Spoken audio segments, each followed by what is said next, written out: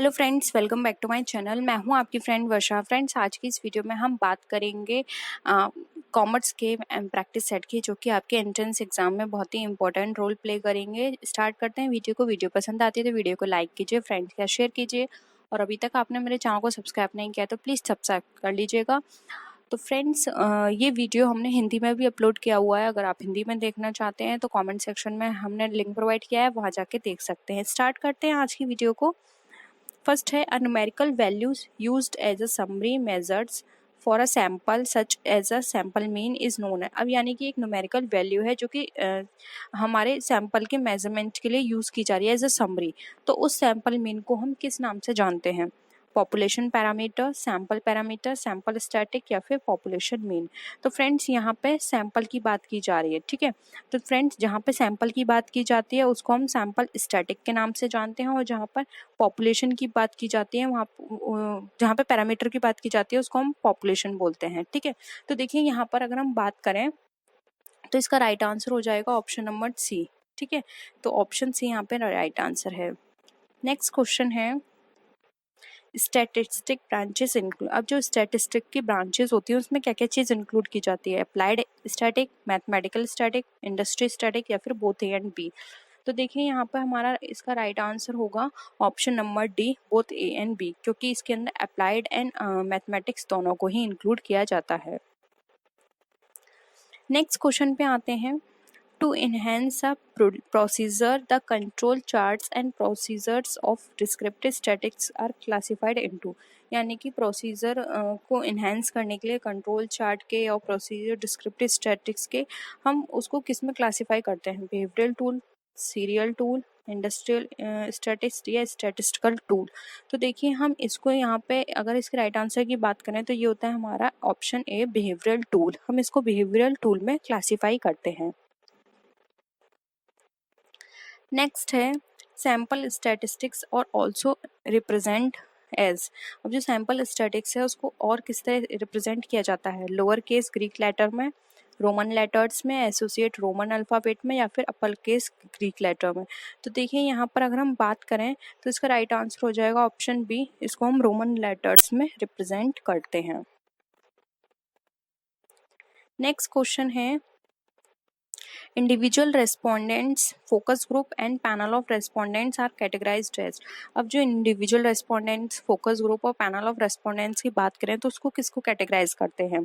Primary data में, secondary data, itemized data sources, या फिर पॉइंटेड डेटा सोर्स। तो देखिए, यहाँ पर बात की जा रही है इंडिविजुअल रिप्रेजेंट की, और जब हम इंडिविजुअल की बात करेंगे तो देखिए फ्रेंड्स, यहाँ पर इसका राइट आंसर हो जाएगा option A, primary data source की, ठीक है, क्योंकि हम उससे डायरेक्ट डेटा कलेक्ट कर रहे हैं।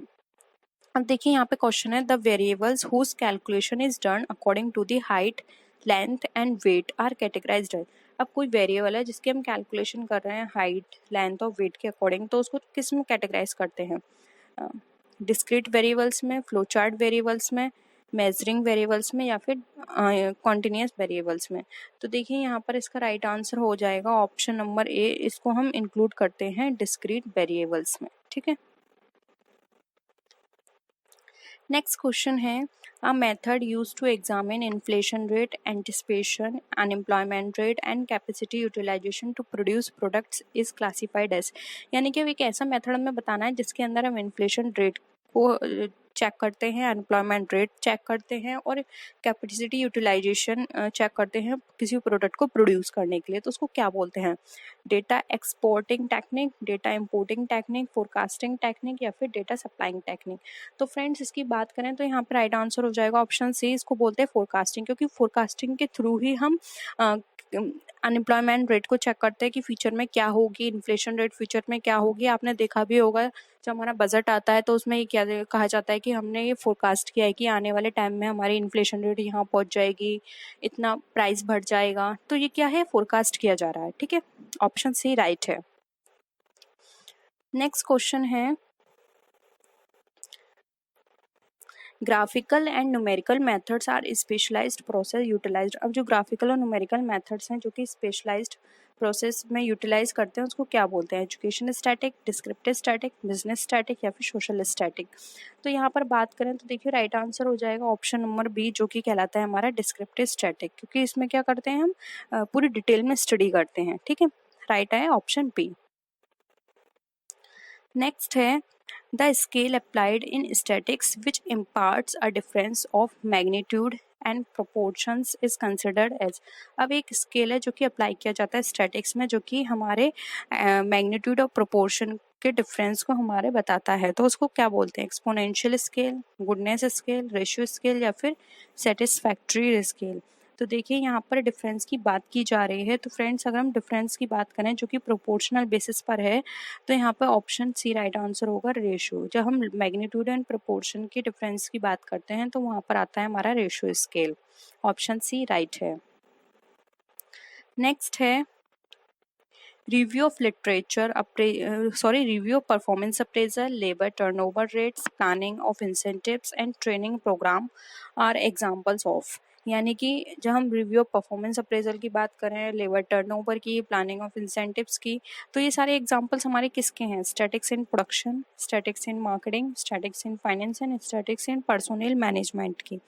तो देखिए यहाँ पर अगर हम बात करें तो ऑप्शन डी राइट आंसर होगा, क्योंकि पर्सोनल मैनेजमेंट की बात की जा रही है। और देखिए यहाँ पर परफॉर्मेंस अप्रेजल किसका होगा, एम्प्लॉयर्स का, labour turnover labour, incentives again labour की बात है, ट्रेनिंग प्रोग्राम अगेन लेबर या एम्प्लॉयज की बात है। ये सारी हमारे एम्प्लॉयज, लेबर्स, इन लोगों की बारे में बात की जा रही है, इसलिए यहाँ पे पर्सोनल मैनेजमेंट का एक काम है। ऑप्शन डी हमारा यहाँ पे राइट आंसर है। नेक्स्ट है if there is an increase in interest rate then the fixed interest rate of the corporate bond will। यानी कि जब हम इंटरेस्ट रेट में इंक्रीजमेंट की बात करते हैं और फिक्स्ड रेट जो भी हमारे कॉर्पोरेट बॉन्ड हैं उसकी फिक्स्ड रेट हमारी तब क्या होगी, return to corporation, decrease in value, remain unchange या फिर इंक्रीज इन वैल्यू। तो देखिए जब हम जो हमारी इंटरेस्ट रेट है वो इंक्रीज हो रही है, इट मीन्स जो हमारी फिक्स इंटरेस्ट रेट है उसमें क्या होगा, उसकी वैल्यू में डिक्रीजमेंट आ जाएगा। इसलिए यहाँ पे ऑप्शन बी हमारा राइट आंसर होगा। ठीक है, नेक्स्ट है which one of the following is shown first when the assets are arranged in order of their liquidity। यानी कि जब हम अपने assets को इस फॉर्म में शो कर रहे हैं कि हमारे जो फॉर्मेट है वो लिक्विड फॉर्म में होना चाहिए, इस फॉर्म में हम उसको असेट्स को शो कर रहे हैं, तो सबसे पहले कौन सी असेट्स शो की जाएगी, investment, cash in hand, debtors या फिर नन ऑफ दी अबव। तो देखिए यहाँ पे फ्रेंड्स लिक्विडिटी की बात आ रही है, और जब लिक्विडिटी की बात आती है तो सबसे पहले वो असेट्स आती है जो कि हम कैश हो या फिर हम उसको जल्द से जल्द सबसे पहले उसको कैश में कन्वर्ट कर पाएँ, यानी कि इक्विवेलेंट टू कैश हो। तो सबसे पहले कौन सी चीज़ आएगी, कैश आएगी, बैंक आएगी, और वो ऐसी चीज़ें आएंगी जो कि हम सबसे पहले कन्वर्ट कर सकते हैं। तो देखिए यहाँ पे कैश हमें ऑलरेडी गिवन है, जो कि ऑलरेडी कैश है, इसको कैश में कन्वर्ट करने की ज़रूरत नहीं है। तो सबसे पहले अगर हम लिक्विडिटी की बात करें तो सबसे पहले कैश, बैंक, ये सारी चीज़ों का फॉर्मेट चलेगा। ऑप्शन बी यहाँ पे हमारा राइट आंसर हो जाएगा। आपने बैलेंस शीट बनाई होगी तो आपको पता होगा, सबसे पहले हम कैश लिखते हैं, फिर बैंक लिखते हैं, उसके बाद हमारी करंट असेट्स आती हैं हमारी। ठीक है, इस तरह से होता है। देन आती है हमारी फिक्स असेट्स। ठीक है, नेक्स्ट है an investor invest in assets known as. अब एक इन्वेस्टर इन्वेस्ट करता है असेट्स में तो वो क्या कहलाती है, securities, block of assets, portfolio या फिर नन ऑफ दी अबव। तो देखिए यहाँ पर अगर हम बात करें तो इसका राइट आंसर हो जाएगा ऑप्शन सी, जी हमारा पोर्टफोलियो कहलाता है। बेसिकली पोर्टफोलियो का मतलब क्या होता है फ्रेंड्स, एक बास्केट होती है जिसमें डिफरेंट तरह की हमारे पास इन्वेस्टमेंट्स होते हैं, जिसमें हम अलग अलग सेक्टर जो होते हैं उसमें हम इन्वेस्ट करते हैं। फॉर एग्जांपल हमारे पास एक बास्केट है, इसके अंदर हमने कुछ अमाउंट इन्वेस्टमेंट हमने कर रखा है रियल एस्टेट में, कुछ हमने कर रखा है यहाँ पर गोल्ड में, कुछ हमने यहाँ पर इन्वेस्ट कर रखा है अदर चीज़ में जैसे कि सिल्वर हो गया, कुछ हमने यहाँ पे कर रखा है फिक्स एसेट्स में, कुछ हमने यहाँ पे कर रखा है शेयर्स में, बॉन्ड्स में। तो यहाँ पर क्या होता है, एक तरह से ये क्या है, ये एक तरह से बास्केट हो गई जिसको पोर्टफोलियो नाम दिया गया है। ठीक है, इसके अंदर हमने डिफरेंट तरह के इन्वेस्टमेंट किए हैं। ऐसा नहीं है कि हमारे पास जो रुपए थे हमने सिर्फ एक में ही इन्वेस्ट कर दिए, इसमें अलग अलग जगह करेगा। इसके करने का मेन पर्पस ये होता है कि अगर बाई चांस हमें गोल्ड में लॉस होता है तो रियल इस्टेट और जो हमारे शेयर्स हैं या फिर हमने और फिक्स असेट्स वहाँ पे इन्वेस्ट किया है, तो वहाँ पे हमें जो प्रॉफिट हो रहा है उसके प्रॉफिट को हम इस वाले लॉस से कंपनसेट कर पाएँ, यानी कि एक लॉस से हम अदर जो बेनिफिट हो रहे हैं उससे हम कंप्लीट कर पाएँ। अगर हम सिर्फ एक जगह अपना सारा पैसा इन्वेस्ट कर देंगे और वहाँ पे हमें लॉस हो गया तो बहुत हमें लॉस बियर करना पड़ेगा। इसलिए इसका मेन पर्पस होता है कि आप अपने अमाउंट को अलग अलग जगह थोड़ा थोड़ा इन्वेस्ट करें, जिससे कि आपको ज़्यादा लॉस बियर ना करना पड़े। ठीक है, उसको हम पोर्टफोलियो बोलते हैं। नेक्स्ट है, over the period investor determine the compound growth rate of an investment by. अब ओवर अ पीरियड एक इन्वेस्टर है जो कि डिटरमाइन करता है compound growth rate of investment की, उसको हम क्या बोलते हैं? Arithmetic median, arithmetic mean, calculus mean या फिर ज्योमेट्रिक मीन। तो फ्रेंड्स यहाँ पे इसका राइट आंसर हो जाएगा डी, ये किया जाता है ज्योमेट्रिक मीन के द्वारा। ठीक है, ऑप्शन डी हमारा राइट आंसर है। नेक्स्ट है, investors agree to invest in high risk investment if only, यानी कि एक इन्वेस्टर इन्वेस्ट करने के लिए एग्री है हाई रिस्क में यदि देयर एनी ट्रू स्पेकुलेशन, अगर ये सच में एक स्पेकुलेशन है, the predicate return is satisfactory for taking a risk, यानी कि जो उसका रिटर्न है वो रिस्क लेने के लिए सेटिस्फैक्ट्री है। There are no safe option except for holding cash, कोई भी सेफ ऑप्शन नहीं है एक्सेप्ट कैश को होल्ड करने के, या फिर द रिटर्न इज शॉर्ट, जो रिटर्न जो है वो शॉर्ट है। तो फ्रेंड्स इसके अकॉर्डिंग बात करें तो देखिए जो हमारा करेक्ट ऑप्शन होगा वो होगा बी। इसमें क्या है, जो हमारा प्रेडिकेट रिटर्न है वो हमें ये बता रहा है कि जो हम अगर हम इतना रिस्क लेंगे तो हमें प्रॉफिट भी इतना होगा। ठीक है, उसका रिटर्न जो है सेटिस्फैक्ट्री है, क्योंकि आपने सुना होगा जहाँ पर हमारा रिस्क हाई होता है वहाँ पर रिटर्न भी हाई होता है, हाई रिस्क हाई प्रॉफिट। तो फ्रेंड्स अगर प्रॉफिट हाई होगा तो हम जो रिस्क है उसको लेने के लिए भी रेडी होंगे, लेकिन अगर हम रिस्क तो बहुत है लेकिन प्रॉफिट इसका इतना हाई नहीं है तो हम लेने के लिए तैयार नहीं होंगे। सेटिस्फैक्ट्री होना चाहिए जिससे कि हम रिस्क लेने को तैयार हो जाएं। ठीक है, जैसे कि फॉर एग्जांपल आपने देखा होगा लोग रेसिंग करते हैं या और भी इस तरह के गेम्स होते हैं तो इसमें पार्टिसिपेट करते हैं, क्यों? क्योंकि वहाँ पर क्या होता है, जो प्राइज मनी होती है वो बहुत ज़्यादा होती है, तो उन्हें लगता है कि रिस्क तो है कि उनकी जान भी जा सकती है उन सब से, या फिर उनको जो एक्सीडेंट है वो भी बहुत ज़्यादा हैवी एक्सीडेंट हो सकता है। लेकिन वहाँ पर क्या है कि एक वहाँ पे पॉसिबिलिटी भी होती है कि बाय चांस अगर वो वहाँ पे जीत गए, ठीक है, तो उनको बहुत सारे पैसे मिल जाएंगे। ठीक है, प्राइस मनी क्या है बहुत हाई रख दिया उन्होंने। तो इस तरह की चीज़ें क्या होती हैं, सेटिस्फैक्ट्री है कि वो रिस्क लेने को तैयार हो रहे हैं। ठीक है, तो आई होप ये पॉइंट क्लियर हुआ होगा। डिवेंचर होल्डर्स आर, अब ये डिवेंचर होल्डर्स हैं वो क्या होते हैं? डेटर्स ऑफ द कंपनी, यानी कि कंपनी के देनदार। क्रेडिटर्स ऑफ द कंपनी, यानी कंपनी के लेनदार। डेटर्स ऑफ द कंपनी, यानी कंपनी के देनदार, या फिर ऑनर्स ऑफ द कंपनी, या फिर कंपनी के मालिक। तो देखिए यहाँ पर फ्रेंड्स ऑप्शन देखें तो देखिए यहाँ पे ऑप्शन 1 और जो 3 है ये दोनों सेम ऑप्शन है जो कि कट गए। ठीक है, अब बचा यहाँ पे कंपनी के मालिक, इन्हें नहीं कहा जाता, ये कंपनी के क्रेडिटर्स कहलाते हैं। ठीक है, ऑप्शन बी यहाँ पे हमारा राइट आंसर होगा। क्रेडिटर्स क्यों कहलाते हैं? क्योंकि इन्होंने डिवेंचर्स परचेस किए हैं, अब ये इसका जो इंटरेस्ट मिलेगी इनको वो इंटरेस्ट चाहिए, इनको हमें इंटरेस्ट देना पड़ेगा इस पे, जो भी डिवेंचर्स के ऊपर हमने फिक्स की हुई है इंटरेस्ट वो, तो ये कंपनी के लेनदार होते हैं, इसलिए क्रेडिटर्स ऑफ द कंपनी कहलाते हैं। ऑप्शन बी राइट है। नेक्स्ट क्वेश्चन देखिए, डिवेंचर्स इंडिकेट द, अब जो डिवेंचर्स हैं वो हमें क्या संकेत दिखाते हैं या फिर उनसे हमें क्या संकेत मिलता है? फर्स्ट ऑप्शन है short term borrowings of the company, यानी कि एक कंपनी के अल्पकालिक उधार को का ये संकेत करते हैं। Director shares in a company, यानी कि कंपनी के निदेशकों के शेयर्स हैं ये बताते हैं। The investment of equity share holders, यानी कि जो इक्विटी शेयर होल्डर्स हैं उनका निवेश ये बताते हैं। Long term borrowings of the company, यानी कि कंपनी के दीर्घकालीन उधार को बताते हैं। तो हमें ये बताना है डिवेंचर जो है वो हमें क्या इंडिकेट करते हैं, यानी कि हमें वो क्या बताने की कोशिश करते हैं। तो देखिए फ्रेंड्स, डिवेंचर्स हमारे लिए एक तरह से लॉन्ग टर्म बोरोइंग है, ये हमें लॉन्ग टर्म बोरोइंग बताते हैं जो कि कंपनी ने बोरो की है। ठीक है, लॉन्ग टर्म के लिए, इसलिए ऑप्शन डी यहाँ पे हमारा राइट आंसर हो जाएगा, क्योंकि ये मोर देन 1 ईयर की होती है, इसलिए लॉन्ग टर्म बोरोइंग हमने इसको कहा है। ऑप्शन डी राइट है। नेक्स्ट क्वेश्चन पे आते हैं। देखिए नेक्स्ट क्वेश्चन है यहाँ पे, इन डिवेंचर्स इंटरेस्ट पेबल इज, यानी कि जो डिवेंचर्स में जो ब्याज है वो कैसे दे होती है? ट्रांसफर टू जनरल रिजर्व, यानी कि जो हमारे सामान्य आरक्षित है उसमें हस्तांतरित करना। Transfer to following fund investment account, यानी कि सामान्य आरक्षित को हस्तांतरित करना किसमें? इन्वेस्टमेंट अकाउंट में। Charge against the firm's profit, यानी कि फर्म के प्रॉफिट में से चार्ज करना या फिर उसमें से आपको पे करना है। और appropriations of the company profit, यानी कंपनी के मुनाफे का विनियोग करना है।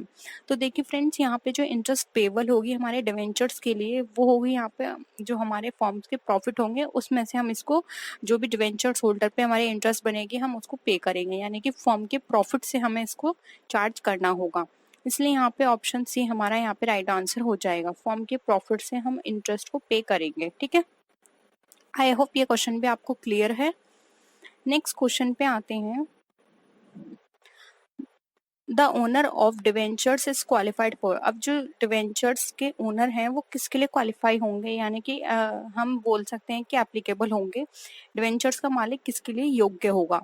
ऑप्शन है फिक्स्ड रेट इंटरेस्ट, निश्चित ब्याज दर के लिए, कंपनीज वोटिंग राइट, यानी कि उनको कंपनी के मतदान करने में अधिकार मिलेगा, फर्म्स प्रॉफिट शेयर, यानी कि फर्म के मुनाफा जो भी होगा उसमें हिस्सेदारी मिलेगी उन्हें, या फिर फिक्स डिविडेंड, एक निश्चित लाभ मिलेगा। तो फ्रेंड जहां पर हम बात करते हैं डिवेंचर्स की, तो फ्रेंड डिवेंचर्स में हम सिर्फ एक इंटरेस्ट पे करते हैं जो कि फिक्स्ड होती है हमारी। ठीक है, और यहाँ पे डिविडेंड की बात की गई है, ये डिविडेंड दिया जाता है हमारा शेयर में। ठीक है, और डिवेंचर्स की बात करते हैं तो उसके लिए आता है हमारा फिक्स असेट्स, तो ऑप्शन ए राइट है।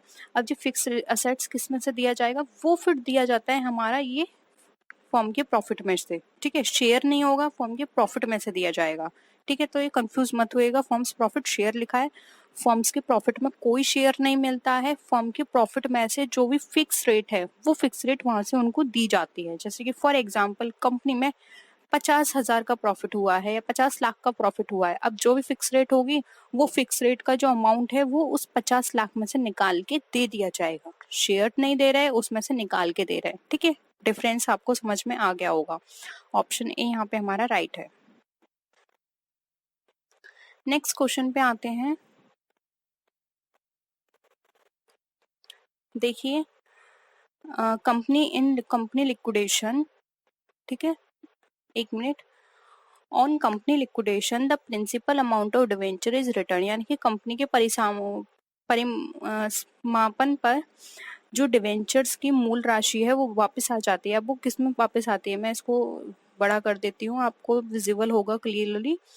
अब जो कंपनी का लिक्विडेशन होता है तो उसमें जो डिवेंचर्स में जो प्रिंसिपल अमाउंट है वो किस में से दिया जाता है, आफ्टर इक्विटी कैपिटल, यानी इक्विटी कैपिटल के बाद, इक्विटी कैपिटल से पहले, सभी के बाद में दिया जाता है या सबसे पहले दिया जाता है। तो फ्रेंड्स यहाँ पर एक तरह से ये बात की जा रही है कि जब फॉर्म का हम लिक्विडेशन यानी कि फॉर्म अपनी एक तरह से सेल आउट करते हैं तो सबसे पहले पेमेंट किसका होता है।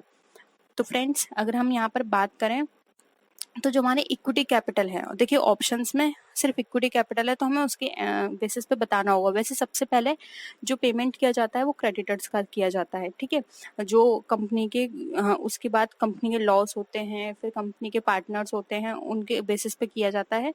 लेकिन यहाँ पे ऑप्शन बी राइट आंसर होगा, इक्विटी कैपिटल से पहले डिवेंचर्स का पेमेंट जो भी रिटर्न है उसको किया जाएगा। ठीक है, लिक्विडेशन के बेसिस पर यहाँ पे कंपनी लिक्विडेशन दिया हुआ। ठीक है, तो बिफोर इक्विटी कैपिटल दिया जाएगा, ऑप्शन बी राइट है।